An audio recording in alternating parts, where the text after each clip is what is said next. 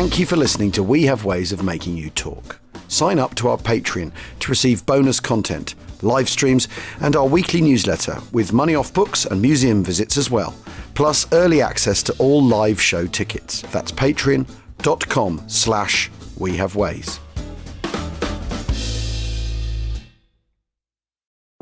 This is Wendy from Science Versus. This month, our friends at Ford are the presenting sponsor of Science Versus. If you're curious to learn more about things like electric vehicles, Science Versus is a great listen. We dive into topics like how beavers are helping the fight against climate change, what the greenest way to die is, and what a 100% renewable future looks like, and more. Listen to Science Versus on Spotify. Brought to you by Ford. This episode is brought to you by Shopify.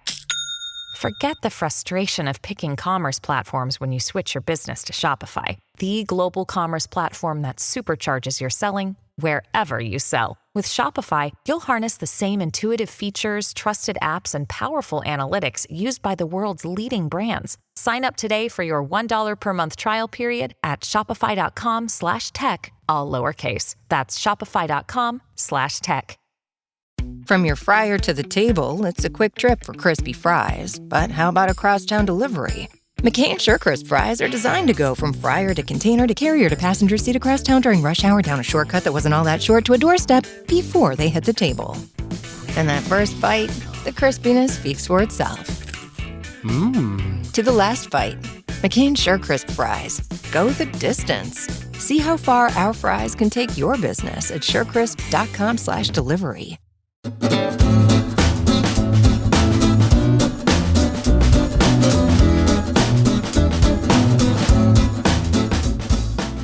Acton, welcome to We Have Ways of Making You Talk, the Second World War podcast with me, Al Murray, and James Holland. Jim, since I last saw you, you've been all over the Atlantic. You've been across the Atlantic and back, correct? Yeah. I've been in Florida and had an amazing time doing I was doing this special Veterans Day concert where they were playing classical music with the New World Symphony. It's an incredible orchestra so basically you know, I don't know, you're a violinist or a bassoonist or whatever, and you've got to the top of your grades, been to music school, you've got a master's or whatever. So New World Symphony then offers a fellowship for 3 years to people to kind of really polish your skills, right? But also prepare you for the professional life as a professional musician. Business of being a musician, right? Yeah. So quite often you wouldn't last 3 years. You might get a job and be off after 9 months or 2 years or whatever. Yeah. But consequently, there's lots of people in their mid-20s who are just supremely talented in this purpose-built building with an incredible auditorium. So the acoustics are just absolutely insanely good. And anyway, they have this amazing program of music either written during the Second World War, inspired by the Second World War. My job was to go on stage and sort of stitch it all together and give the context behind it and the stories behind the composition. And it was amazing. It was an incredible experience and just fascinating. So we did a bit of the Leningrad Symphony and stuff like that. But then I went off to see my mates at World War II Armour at the tank farm. So the amazing Rabbi Rob Thomas has bought this...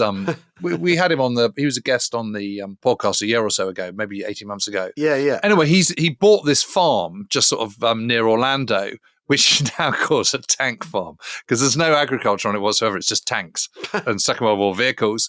And the setup is absolutely incredible. They take it so seriously. So they use the farm for training. Yeah. So it's a huge training ground. And they've got all these sheds and stuff and they do them all up. And there's huge amounts of maintenance, but also just the kind of preparing all the ordnance is just a hell of a process. Yeah. It is absolutely extraordinary.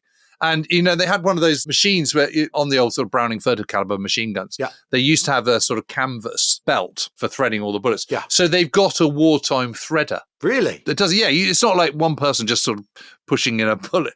They've got a jig to do it on. Yeah, you sort of clamp it onto a table and you kind of open up a few hatches and then you close a few hatches and then you sort of wind it and it just sort of goes and it just, you know, the canvas just fills with bullets. It's absolutely, it's amazing, but it's all completely original. Wow. And they've also got an insane library. So my mate Eric is the kind of chief historian of the whole thing. He's ex-military himself and decorated military as well. And just a top bloke. I mean, he's such a nice guy. Well, they all are, him and Mike and Contact in the first place. But anyway, Eric has this incredible library full of all the original training manuals and field manuals. Wow. But they're not digitized. They are the real thing, and there they all are. And so basically, if anyone ever wants to know anything about tank, dodge pickup, whatever it might be, weapons carrier, etc., they've got it.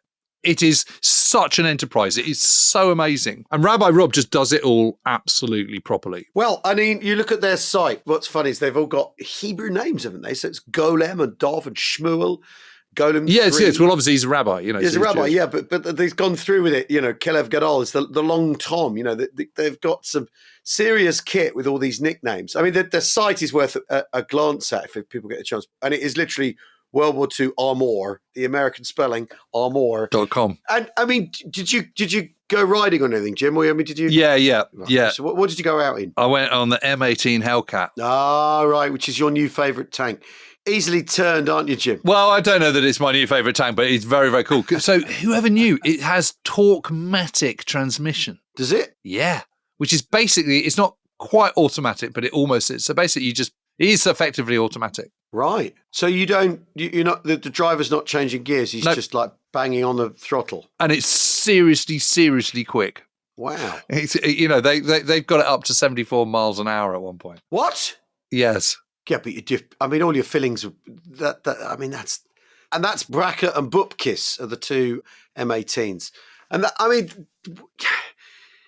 that's the next stage technology along from the Sherman, isn't it? Yes, and the Hellcat is a completely independent, what I quite like about it is it is a completely independent beast. I mean, it's not like the M36 Jackson or the M10 that's built on a Sherman chassis. Yeah, Sherman chassis and OEM parts, yeah. It is absolutely 22 tons, so much lighter. Yeah. It's got a 76mm gun. Yeah. Honestly, it absolutely flies. Like the clappers. Yeah, and it's got the highest percentage rate of kills of any AFE that the US Army had. Really? That's interesting. Yeah, which doesn't mean say it's the safest, by the way. No, of course not, because the fighting compartment's open, which is like... but the collection is absolutely incredible. And they're just such lovely blokes. They're total laugh. They're just all really into it. So they have 10 permanent staff there who are doing it all day, every day. Wow. And then they have a whole load of volunteers who come and train. So basically, they're like, I don't know, like two companies worth of, what's a company? No, it's probably like a company, because what is it, 18 tanks, isn't it, to a company? And he goes, so it's like a company of armour. I mean, this is the rude question. How on earth is this funded? Well, he was an early computer programmer. Really? Yep. So wrote some critical code that... Yep, and still does. And he's just a genius at it. Ah, God, how interesting. Yeah. God, if only I'd paid attention to the BBC Micro when I was a youngster. Well, they've just got some amazingly cool stuff. It's really, really fantastic. What's really nice is the M3 Scout car. They've done it in Sicilian colours. Ah, very good. So it's got like a Sandia camo scheme. Yeah, them are sugar. Yeah. Yeah. And the white star is surrounded by a yellow circle rather than a white circle. That's interesting. Oh, you know what, Jim? The other day, I was working in Cheltenham on Remembrance Sunday, and I was walking down to I went to the memorial service in the town centre, and as I was walking up the street, a guy went by on a Jeep, right? Inevitably. Yeah. Done up in its Second World War colours. And I was walking past this family, and the woman went, "Oh, look, it's American. It's got a star on it." And I had the self-restraint I had to then engage in to say, no, actually, that denotes an Allied... That's an Allied star. It's an Allied star. It's not an American vehicle. I almost ruined their Sunday by scowling at them and saying, don't you know anything? I mean, personally. Yeah, how many times have you had to say that over the years? I mean, it's just oft repeated. But I think, all we can do is we can just take a deep breath and just repeat it again. And eventually it'll start to get through. Could be one of our main purposes of We Have Ways of Making You Talk. Reaching as many people as possible. It's an allied and making them understand. But they do, all the training process they do are wartime training exercises. Right. And they've got this huge, great farm in which they can practice all this stuff. I mean, it is absolutely amazing. And as I say, they're all lovely people. They could not have made me more welcome. And their collective knowledge, which they have. And a lot of them are quite young guys. They're not all kind of, long in the tooth by any stretch of the imagination. Most of them are pretty young. And they're just really, really into it. And that's just, it's fantastic that they're keeping that legacy alive, really. That's brilliant. That's brilliant. Legacy heroes to a man, I would say.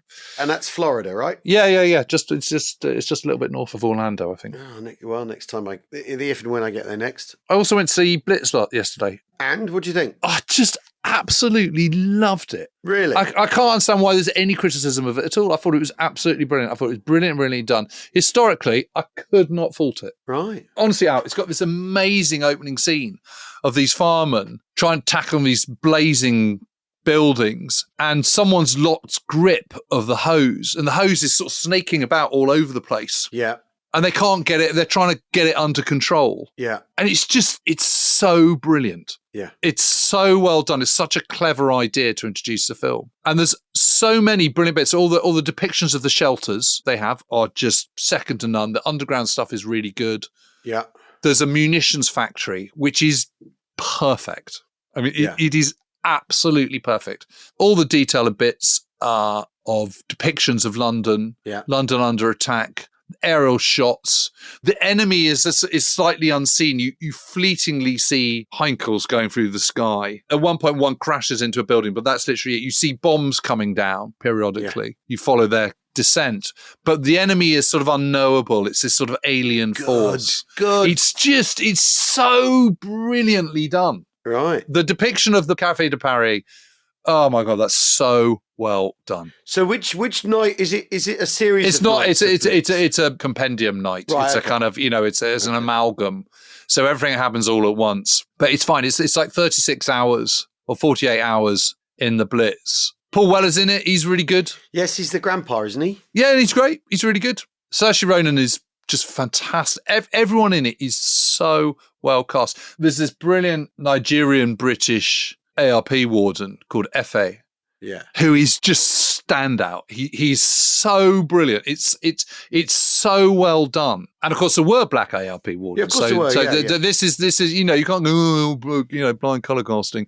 No, it isn't. It's absolutely as it was. Yeah. And I know that Steve McQueen, the inspiration was seeing a photograph of a mixed race boy. Yeah. Honestly, I thought it was completely, totally brilliant in every single way. I absolutely loved it from start to finish, and I kind of want to watch it again. I literally couldn't fault it. Historically, it is absolutely spot on. Well, I need to get to see that then, don't I? Yeah. It's just it's so good. See it on as big a screen as you can, because the music is done by Hans Zimmer. Oh well, brilliant. So it's very Zimmery. Yeah. And the sort of thumping in the heart and stuff. The underground scene is so good. So you've got the Café de Paris, you've got the underground scene, you've got shelters, everything. You've got the ne'er-do-wells, the depictions of London and London under fire and London aflame. It's so good. Honestly, that first scene, I just thought, I'm going to love this film. This is absolutely spot on. Does it feel, because of, because we've talked about this a fair bit, because of Ukraine and because of Gaza, does it feel, because when we were doing our Blitz series recently, and when we went and shot that walking the ground stuff, actually getting your head around what this means in a populated city. It's so long ago, the Blitz in London now, and the city is such an alien environment compared to it, with all these big glass buildings and everything. Actually relating to it, I until we were there and there were crowds of people, and I was finding it quite hard to sort of place. Does it put London into continuity with current world events in a way that maybe it hadn't before? Do you know what I mean? What I'm asking is it a film about the Blitz, or is it a film about civilian populations under fire now? No, I think it is more of the Blitz then. Right. But I think the thing that I just kept thinking was, how could this have happened to London? Yeah. How could this have happened? Yeah. I mean, one of the takeaways I think we'd had from our series was just how completely awful it was. Yeah. And if anything, I'd been a little bit kind of, compared to what happened to Hamburg. Yeah. They had it easy. They didn't have it easy. It was absolutely horrendous. And that comes across very, very well. Yeah. And so I'm surprised. I've read some very good reviews of it, but I've also read some slightly sniffy ones, and I literally can't understand why anyone would be sniffy about it. I thought it was completely brilliant. Yeah. I would urge everyone who listens to this to go and watch it. Right. Because if you have any interest in the Second World War, this film is for you. Right. Well, there you go, everybody. I mean, that's as hot a recommendation as you could possibly get. Particularly on the back of that series we've just done. Yeah. All the stuff we've been talking about is there. Okay. Well, there you go, everybody. Barry Norman's verdict. Steven Seagal isn't hard to kill. He's impossible to kill. Yeah, my favourite line.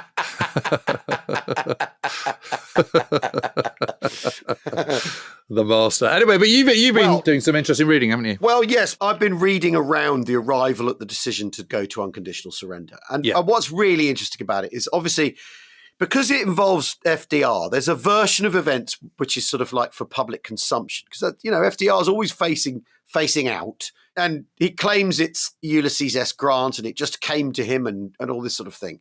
But actually, and then Churchill sort of joins in with the idea it's a kind of spontaneous thing that the Americans have come up with. But actually, you can find, he writes to Attlee before the end of the Casablanca conference, says, could the War Cabinet kick around the idea of unconditional surrender as a phrase, please? And the core difference between the American attitude is to destroy the German military machine. And that's how you win a war. And the British attitude is to bring about a political victory, right? And they're different things, right? They're very, very different things. But then when you get into the tangle that the Americans get themselves into in dealing with the Vichy French, from November, and, the entreaties before where Clark goes and in a submarine and all that sort of stuff. Yeah. And then Murphy's efforts to try and get all the different French players on board, and Giraud and Darlin and de Gaulle. It's a total shower, isn't it? It's an absolute shower and really, really, really interesting. You've got Eisenhower at one meeting afterwards saying to Clark, what we really need now is a plane crash to deal with Giraud, as a joke. He says to Beadle Smith, he says, it isn't this operation that's wearing me down. It's the petty intrigue and the necessity of dealing with selfish, conceited worms that call themselves men. Right? So yeah. And Eisenhower at another point says, what we need right now is an assassin. And that would solve our problems. And as if by magic. Well, yeah, I know. And then, of course, but the fact that the assassins are French royalists and all that sort of stuff, and not a de Gaullist and not a Vichist and not a, But there's a really, really interesting moment in the middle of it all. So Giraud, they know, he's a soldier. He's not really a politician. The Americans don't rate de Gaulle because they think de Gaulle's, because on a piece of paper, who is General de Gaulle anyway? He's a brigadier. He's asserting himself. He has no constituency. He's developing contacts with communists and all these sort of people that the Americans are not happy about. You've also got that slice of Americans who think of a Franco-American Lafayette tradition, that the French and the Americans have common cause through revolution, and our revolutionary past, which is a shared one, which is anti-British, is a thing that we can leverage. I mean, really, really like crazy, unrealistic thinking. And then in the middle of it all, Darlin comes along, and Darlin has he's completely unpalatable. He's Vichy. No one can stand him. They all think he's ghastly. But he actually has read the situation right. He actually knows what needs to happen. He finds a way of coming up with a technicality that if the Germans cross a certain threshold, then then Vichy people are released from the armistice with the Germans and they can join the Allies. It's just absolutely fascinating. And that the fact that they go into Operation Torch with batter up and play ball as the two codes for the Americans. Batter up is the French are resisting, play ball means that the Americans can shoot back at the resisting French. But they just don't know which way it's going to go. All this confusion. And then, of course, they installed Darlan, and the British are saying, well, great, is this how we're going to do business? We're going to do business with these terrible, terrible people. When they land, when the torch landings start, de Gaulle says very well, I hope that the Vichyites throw the Americans back into the sea. He says that. And Brooke has to say to him, I understand your bitterness, now overcome it. Yes. I mean, this stuff, and then de Gaulle then does overcome it and says, rise up, help the Allies, join them without reserve. Yeah. Fighting France demands That's incredible, isn't it? Yeah. And then you've got Darlin and an amazing head-to-head with Darlin and Clark, where Darlin goes, look, I'm going to need Pétain's permission before I do anything.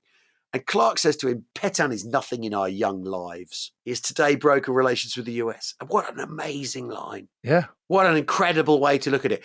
Ossified Vichy French hanging on the word of a hero of a long-gone war. Yeah. Move over, Grandad. Move over, Grandpa. There's new kids in town. It's absolutely amazing.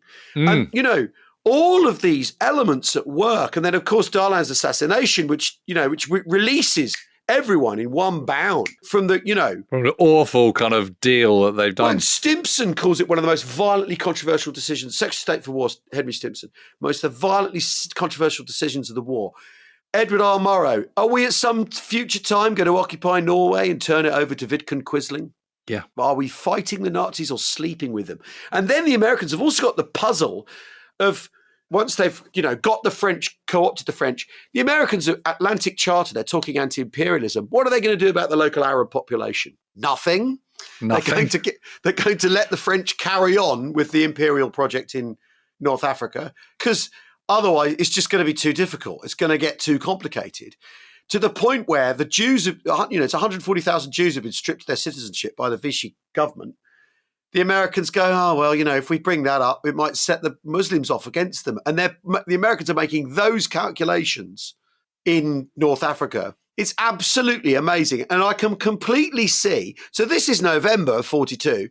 Let's go to January at Casablanca, where Roosevelt comes up with unconditional surrender, or the Allies conclude that unconditional surrender is going to happen. Yeah, it's just after all this. I mean, this is all happening in November. Exactly. So when people scratch their head and wonder, and, I think one of the interesting things about, Casablanca is a military conference. There isn't a diplomatic quotient is the idea, except there is, because you've got Giraud and de Gaulle being forced to shake hands in front of Roosevelt, make up, kiss and make up and agree to cooperate. And then, of course, de Gaulle gets into his stride after that point, because he's sort of foxed the Americans, really. And the British are kind of proved right about de Gaulle as the best option. But the fact that Roosevelt's come to North Africa, and you've had all these competing factions within OSS, within the State Department, within the American military, who are disgusted at having to do all these deals. Roosevelt comes to North Africa, arrives and goes, ta-da, and obviously Darlan's been assassinated, so he's out of the way. So that straightens their problem out a bit. But the fact that Roosevelt comes in and goes, right, okay, unconditional surrender, enough of this pissing about. Yeah. Because he knows how badly it's playing, because he's been in America watching it play out in the papers and watch it play out in public opinion. You cannot underestimate just how badly it all goes down. I mean, everyone is just appalled. Yeah. And everyone's going, well, that's realpolitik, isn't it? And everyone's going, oh, sod that. This is absolutely appalling. Yeah, we can't do realpolitik because you can't negotiate with the Nazis, blah, blah, blah, who, like Murrow saying, what are we going to do next? Yeah, amazing. And obviously, the other thing about Casablanca is there was on the right track, but they can't, there's no obvious end in sight. Because after all, the fighting in North Africa is taking longer than everyone thought. The Germans are reinforcing Tunisia, which you don't expect them to do. You're already into that. Reasonable assumptions on the part of Allied strategy people, totally irrational decisions on the other side, that they can't really ever they can ever guess that the Germans are going to do the crazy things they do ever quite, can they? They don't expect Hitler to reinforce Tunisia. You've lost. You leave. You get out. And so I think after all that, is it any wonder that unconditional surrender turns into it is Roosevelt gets there. He's come to North Africa. He's come from the US, where he's playing out very badly publicly. He's talked about a moral war right from the start. Yes. Right from the start, right from 2 days after Pearl Harbor. He says, we complete and utter destruction of Japan and German militarism. That is our objective. That is our aim. And then to have this big muddle, every single anticipation the Americans make of how the French are going to behave is wrong in the run up to. So is it any wonder he goes, you know what? We can't ever do this again. Is there much dissent over this? I mean, is there much arguing over whether they should adopt it? No, well, because he bounces everyone. There has been discussion in the US about it, that working towards this formulation. But basically, he sort of lands it in everyone's laps. And Eisenhower, he loves it, because Eisenhower is a man with a moral core, as he sees himself. Yeah. And, is not interested in dealing with people who are Vichy and people who.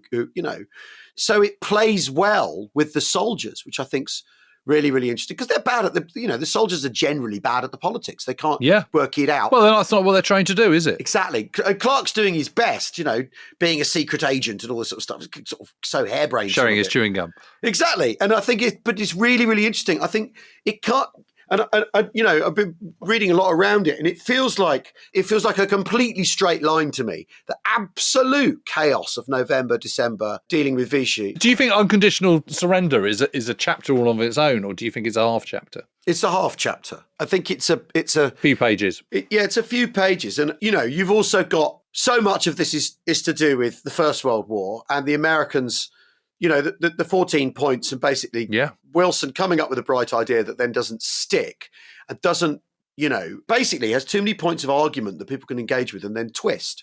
Whereas unconditional surrender is very interesting because it also fits in, it fits in the mood in Casablanca, which is, so when you look at the point blank directive, we talked about this a lot before, is an open-ended document. It says, we will pursue a strategic bombing campaign, but basically, do what you want, lads, do it your own way. We will interdict this, we'll interdict that. And it's like, basically, you can pick what you want from the point blank directive. Well, you can, except the whole point is to kind of destroy the German aircraft industry. Yes, but your way of it's that really, really interesting thing that the Allies do when they issue these proclamations, where the intention is very clear, but they're kind of vague on the detail, which is, I think, a really, really interesting way of approaching difficult problems because you leave yourself lots of room for maneuver. And unconditional surrender, a demand of the enemy in unconditional surrender, but you will impose conditions. There's nothing unconditional about unconditional surrender. It's completely about imposing your own conditions. It just sounds like it's about you aren't compromising, they're going to have to compromise top to bottom. And I think that's of a piece with the point blank directive in itself. Yeah.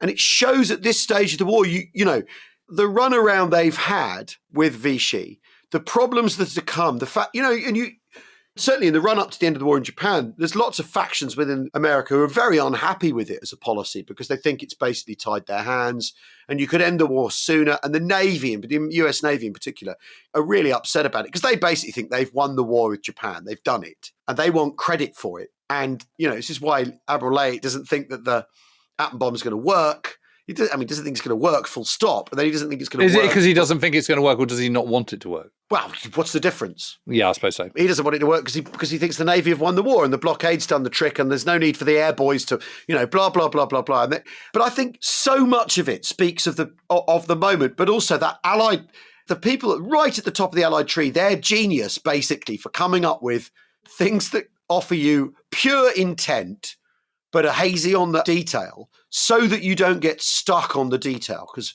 Wilson's 14 points are full of detail and they, you can just keep it completely black and white. Keep it black and white, but also in its own way, that offers you vagueness because all you've said is unconditional surrender. You haven't said with an emperor attached or with, it's just, no, you surrender, then we'll discuss terms. Yes, and they get around it with the Italians by having the short terms and the long terms.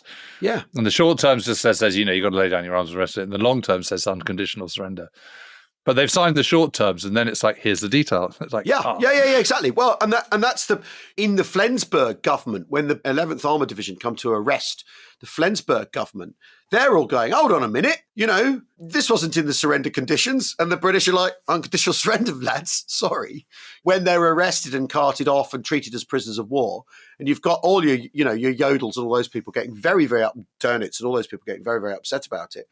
But the point is you've signed an unconditional surrender, game over. There are conditions. And I think the genius of it as an idea is it's 100% black and white in intent, but 100% vague in detail. And so allows you to do what you want. Genius. It's genius. And I know, hugely controversial in the US, still is. There's lots of historiography about it. People argue about whether it was the right thing to do or not.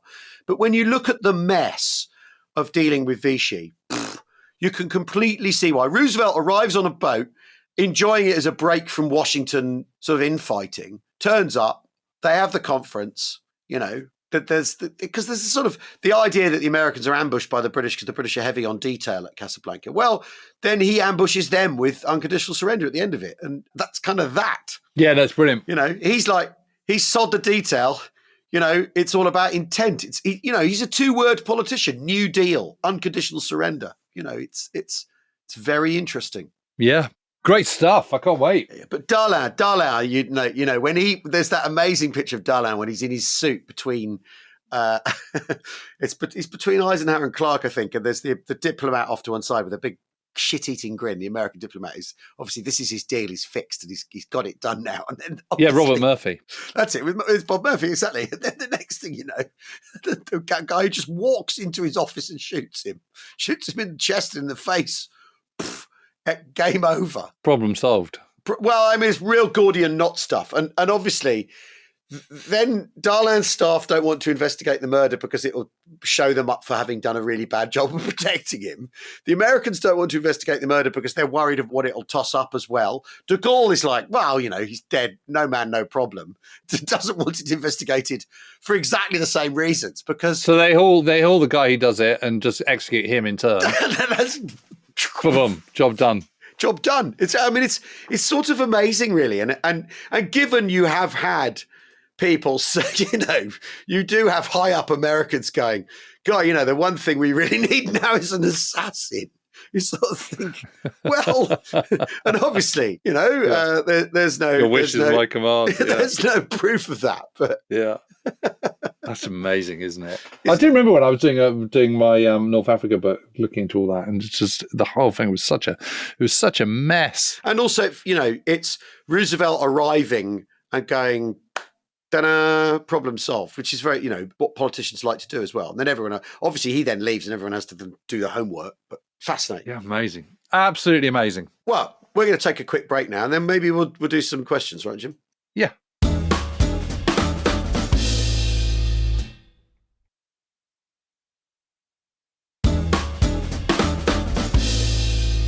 Welcome back to We Have Ways of Making You Talk, the Second World War podcast with me, Al Murray and James Holland. He had served his purpose and his death solved what could have been a very difficult problem, what to do with him in the future, as Mark Clark said of Darlan. There you are. Anthony Eden, I've not felt so relieved by an event for years. Yeah, sad, it really is. It's really sad. Yeah. Churchill said we can't all have our own pet Frenchman. And it's just the fact that you then end up, De Gaulle pushes through. Anyway, should we do a couple of questions? Yes. Because we've had some questions. This is good. Simon Fielding says, there's a great deal of coverage about the cracking of Enigma and the use of Ultra transcripts and the role of Alan Turing, etc., etc., etc. What did the Soviet Union make of Enigma? Was there a Soviet Bletchley or were there spies enough? No, there wasn't a Soviet Bletchley as such. They didn't crack Enigma, but fortunately for them, they had John Carecross. So that was all right. Yeah. Forwarding on secrets and Enigma traffic to... so there were British spies who were passing on Enigma information. I mean, that's cheaper than setting up a Bletchley, isn't it? Getting John Cairncross to do it for you. Yeah, substantially so. But they had very, very good intelligence, not least because they had this huge partisan operation. Yeah. The partisans were very fluid between the lines and were able to, had radios and stuff and were signaling back every bit of information they could possibly want. And don't forget, it's in a way, it's a less complex war because you haven't got shipping involved, really.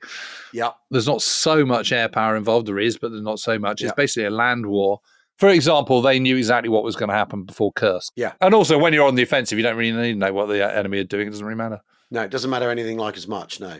I mean, you want to know their strengths and everything, but you could do that by hiking people out of the line and interrogating them, can't you? Yeah. So their intelligence picture is really, really good. It just doesn't include... It does include Enigma, but it only includes Enigma that's British spies has been stolen and been passed on to them. Yeah. So Grant Rowland says, why weren't the US Army keen on the Firefly? Well, I don't think it's that they weren't keen on it. It's just there was no need for it because they already had their high velocity gun, which was a 76mm version of the Sherman. And you just, why would you, what you have to understand is that 17 pounder wasn't made in gargantuan numbers. It was made in limited numbers. It was a British produced anti-tank gun and the Americans had their own anti-tank gun. So why would they put someone else's anti-tank gun in a tank when they've already got their own anti-tank guns? So it makes no sense whatsoever. So it's not that they've got anything against the Firefly. It's just that they've got their own version. Yeah, and the Firefly is entirely, basically the minute the British run into the Tiger, it becomes a thing we've got to figure out how to build this, which is sort of the Americans will make a tank type that will do that. We're in modification territory, aren't we? With you turning the gun on its side, turning the breech on its side, all that sort of thing, putting a counterweight on the turret, removing the radio op coaxial gun position for the ammunition, blah blah blah. Yeah, all of that. The Americans are like, well, we'll build a tank that's and we were talking about the M18, the Hellcat, which is an open fighting compartment tank destroyer. It's a tank, really, isn't it? It's a tank, really, isn't it? Yeah, it's a blurring of lines. Put it that way. I mean, basically, what the British are trying to do is improve the stuff they've purchased from the US, rather than send a production line demand back up the line, back up to America. Yeah. And the Americans also have the Jackson, of course, which is the M36. With a 90mm. But the British are doing this because 17-pounder, you want to use your own ammunition. It's like the clash between when there's a shortage of sextons and they're using priests. It's actually an embuggerance because you're using 105mm ammunition rather than 25-pounder ammunition, and that causes you logistic snarl-ups and headaches. And it's all about straightening that stuff out. Yeah. For when you get to Normandy, that there is one unified ammunition scale across the board for all British ordnance, and the Americans are going to do the same. They're not going to want a thing with a 17-pounder ammunition because it causes you logistic crinkles and wrinkles, doesn't it? Which is what you don't want. So, I mean, the Fireflies, it is really interesting because they're only just coming online for D-Day, aren't they? And they've got the old optics for the old gun on them still by the time Overlord starts in June. They've stuck the gun in the turret, and that's kind of the extent of it. So when Joe Eakins does for Whitman, he's firing the gun on a site he's been trained for a different gun, and still gets him, which I think shows how good his training was as much as anything else. Yeah. However good he is, he's only as good as his training. His training must have been really, really excellent. But yeah, I mean, you're quite right. It's not that they're not keen on it. It's the fact that, and also it's a stopgap. The British have no intention of using the Firefly in the long term. They've got the Comet coming with the short 17-pounder, and they're going to use that. So I hope that answers Geraint's question. Yep, it's pretty straightforward, to be honest. Yeah. Brian Johnson says, how neutral was Switzerland during the Second World War? Did its geographical location make it difficult for the Swiss to remain strictly neutral? Well, no, I'd say it would actually make it easier because it's surrounded by mountains and lakes, and from a point of view of anyone trying to attack it, that is a total nightmare. Yeah. It's the last place you want to go. And absolutely remain neutral. That doesn't mean say that the borders weren't porous occasionally. They were. Yeah. Yeah. But, British and Americans had legations in Switzerland, so did the Germans, So it's a bit like Lisbon. It's kind of sort of nest of spies. But it absolutely did remain neutral. And if you were an Allied aircraft or even a German aircraft and your crew landed in there, a bit like in Ireland, you'd end up in a POW camp. Yeah. Some of them not that brilliant, though. I mean, there are those stories of Americans in Swiss POW camps. In Don Miller's book, Mighty Eight, there's this stuff about being a prisoner of war in Switzerland that is very, very unpleasant, isn't there? That they're treated very, very badly by the Swiss. So there's it's not like ending up as a POW in Ireland where it's all pretty soft. It can be really, really bad. The Swiss are sort of jealous of their airspace and all that sort of stuff, aren't they? They put mesh slits up and stuff, which I think is quite interesting. So because the Irish are neutral, but Allied tilted neutral. I think the Swiss are probably more Germany tilted neutral, if they're anything, right? Possibly. Well, also the Switzerland's divided, isn't it, between French speakers and German speakers? Yeah. But as I'm writing about at the moment, I mean, the end of the war in Italy is all revolves around Switzerland and clandestine conversations. The first ever meeting between German and Allied generals on neutral territory. Really? Happens in Switzerland. Really? Yep. On the 19th of March, 1945. Fascinating. That's Karl early. Wolff and Lyman Lemnitzer. Really? Yep. That's really early. Well, they have this huge opportunity to pull it all in. Knock it on the head. Knock it on the head. But guess who puts a bloody spanner in the works? Our old friend Kesselring. No. Kesselring and von Veitinghoff. Really? What, could have ended it then and there, basically? Yeah. Good one. Oh, God. Unfortunately, Kesselring gets moved out of Italy just at the wrong moment and gets moved to BOB West. But that means he still has, Italy slightly in his jurisdiction. And they're waiting to find out who the replacement is. And it's von Veitinghoff. And von Veitinghoff prevaricates and Kesselring prevaricates. So it doesn't actually, they could have happened before Clark had launched his offensive in April. You're joking. And it doesn't happen till it gets signed on the 29th of April, but comes into action on the 2nd of May. But it could have been, and then there's also from the Allied point of view, the Russians get cross because why haven't we been told about this? Yeah. But you just got to ignore that. I mean, how many lives? Yeah, and this is what Karl Wolff is saying. He's saying, we have to stop this now. All this senseless slaughter, blah blah blah blah blah. And by the way, if you can stop me from being hanged, that'd be great. It's basically his motivation rather than his extreme altruism. But it's very, very interesting. If there's any way you could stop me being hanged, Yeah. And obviously, the earlier it is, the less likely he is to be hanged. The later it is, the more likely it is he's going to be done for war criminals because his impact is less. So the greater his impact on early peace, the more favourable the Allies are likely to look at. That's his calculation, and he's, frankly, he's right. It's very interesting, though, the Russians lurking in the background doing all this. And there's the great assessment. General John Dean, who's the US military mission in Moscow. He says, basically, the Russians admire hard bargaining and despise gullibility. So the thing you mustn't do ever is like take their word for anything. Yeah. Just, go in hard, always go in hard. And he said that the Russians have got this thing where they know that what you want to do is parley with them. So if they threaten to leave, they get what they want. And he says that at Moscow dinners, Soviet and Western officials would drink a hearty toast to Allied unity, right?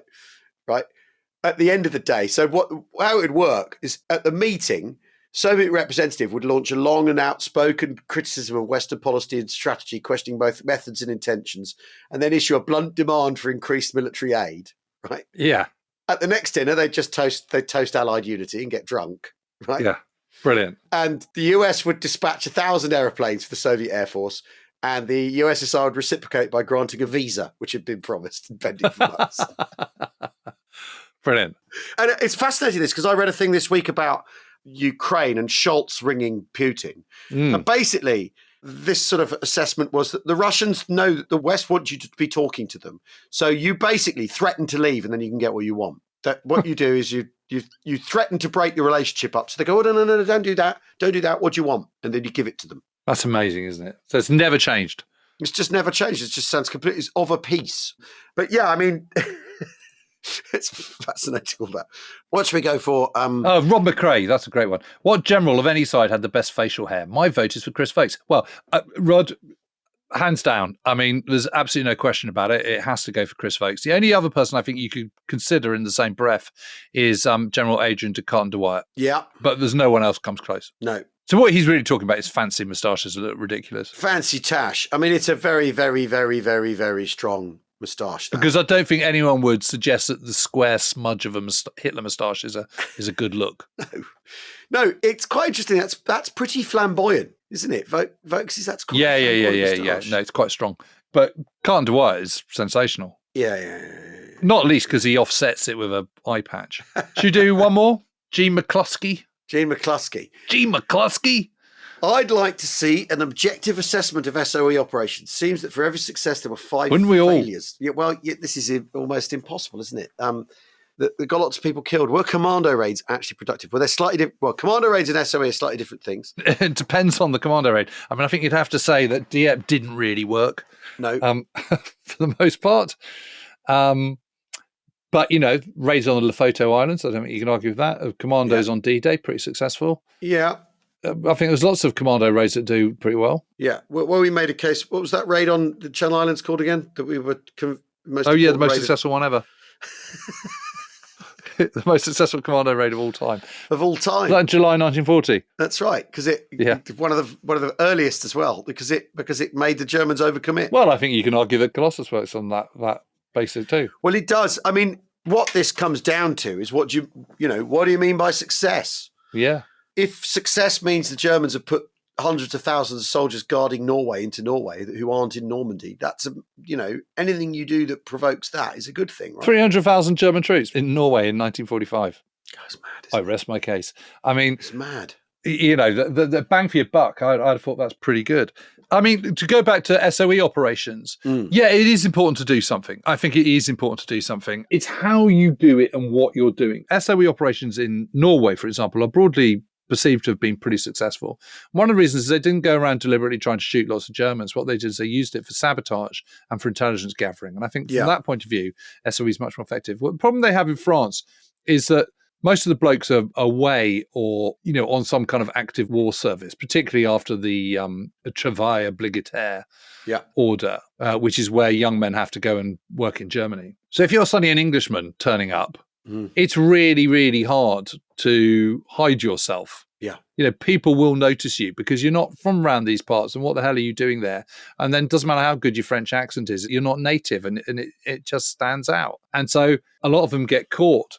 But, the Jebras, I think, are pretty successful. And SOE operations are, the French part of SOE. Yes. Yeah. So French agents, again, are more successful because they're French. And so they know people and they blend in better. it completely depends on where your SOE is operating and on what format and all the rest of it. I think SOE operations in Burma are pretty successful. And it also depends how the war's going. So once it's quite clear which way the tide's flowing, that all gets easier, doesn't it? It's the other thing, really, isn't it? Yeah, of course. So the really, really bad one is the fold up in Holland, isn't it? And then it's the Prosper circuit in sort of March to October 1943, which is completely dismantled. And it's absolutely clear that MI6 know that Prosper has been compromised quite early on and, don't feel able to do anything about it. Yeah. So again, there is no hard and fast rule on answer on this, because it depends at what stage of the war, which country, which circumstances, which circuit. Some are very successful, but overall, is it the right idea to try and set Europe ablaze? Yes, I think it is. Yeah. Because you're tying down a huge amount of troops, and this is the whole point about that have come out of the twin biographies by Rob Hutton and by Tom Petch about Dudley Clark, the master of deception, is that it's about playing on your enemy's paranoia as much as the actual physical successes. It's like going, we can do this. We can get into your wheelhouse. We can get in the back door. We can cause disruption. You're going to have to put in a whole load of troops to kind of deal with this. Yeah. And the truth is you've an enemy inclined to paranoia, so you might as well give him things to be exploit his paranoia, whether that be the Italians or the Germans. The idea that it didn't shorten, SOE operations didn't shorten the war by one day, or didn't save any lives. That's a crass comment and unfair, because it's looking at it in a completely black and white issue rather than with the extreme layers of nuance which are required when looking at this. Yeah, fascinating though. Yeah. I mean, there's that argument, isn't there, that it then looks that it's been painted as such a success by some people that it becomes like a sort of instrument of policy. And, the CIA then running counterinsurgencies all over the world, disrupting governments and all that sort of thing, is a product of OSS's view of its own success in the Second World War, which I think is a fascinating sort of historical rabbit hole. Yes. Anyway, I like these chats where we perambulate around a subject or two. Yeah. Old school. Don't forget, we have Ways Fest 5, V for Victory, putting the fun into Fumpf, putting the camp into Kampfgruppe is happening 12th to the 14th of September 2025, our 5th festival of gear, talks, chats, music, entertainment, bigger and better than ever. It literally is going to be better than ever. It's going to be bigger, better. The program we're putting together is looking really exciting, isn't it? Something to look forward to for the beginning of the autumn next year. Yeah. 12th to the 14th of September, wehavewaysfest.co.uk. We look forward to seeing there. The Patreon tickets, people have been burning through those like the veritable hot cake, and it's open to the public as of the 20th of November, general ticket sale. We thank you very much for listening. We hope to see you again. Cheerio. Cheerio.